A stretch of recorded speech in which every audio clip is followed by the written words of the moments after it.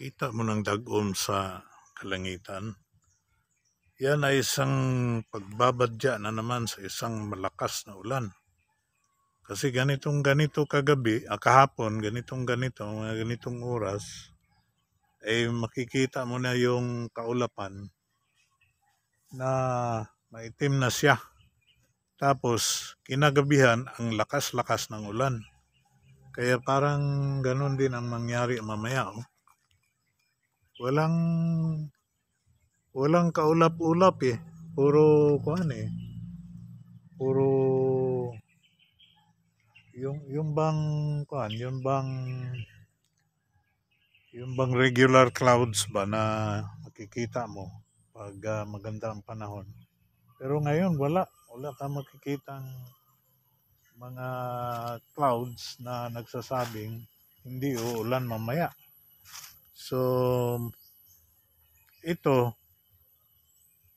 kagabi ang lakas-lakas ng ulan, tapos susundan na naman ito ngayon ng isang ganon din kasing lakas na ulan. So magkakaroon na naman ng baha nito left and right. Mula doon sa Davao de Oro, Davao del Norte, hanggang doon sa south, sa Cotabato, dito sa Kalinan, dito sa mismo sentro sa siyudad ng Davao. Kaya mamaya, ingat-ingat. Kung pwedeng huwag na munang babiyahe, huwag na lang muna dahil malimit ang mga kalsada natin low-lying eh. Yung galing sa norte, pag low-lying ang kalsada, talagang babaha siya at saka mahirap para sa pagbiyahe at sa mga sasakyan.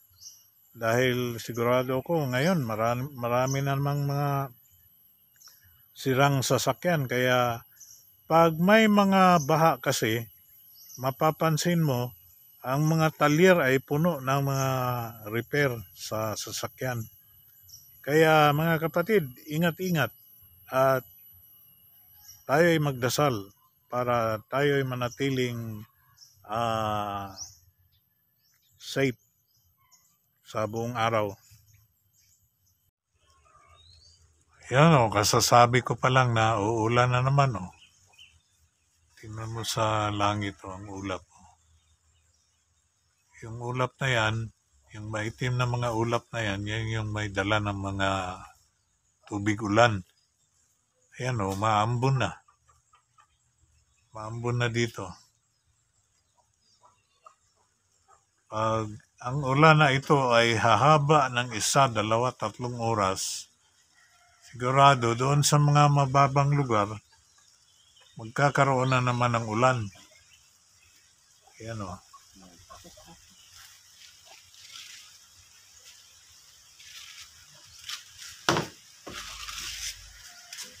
Pero itong ulan na ito,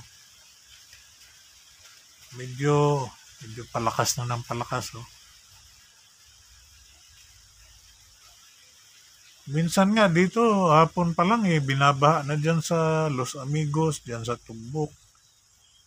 Dyan banda sa may mga pantatan, kung tawagin dyan sa Tugbok. At ang Kalinan ngayon, binabaha na rin.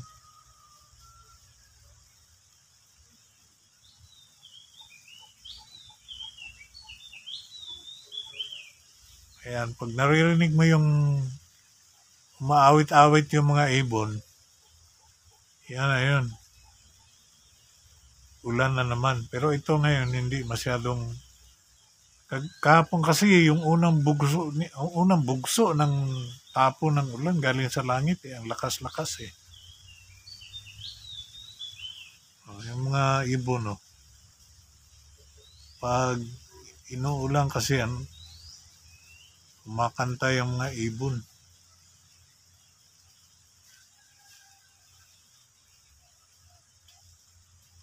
Keep safe mga kapatid.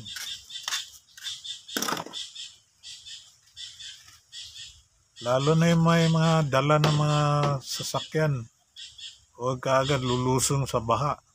Dahil pag yung dinadaanan ng hangin sa sasakyan ay inaabot na ng tubig, sigurado titigil na yan ang takbo. Yun namang mga tambutso natin, yung mga muffler, pag inabot na ng baha yan, sigurado hindi na siya, wala na siyang combustion, sigurado titigil ang sasakyan. Kaya ingat-ingat,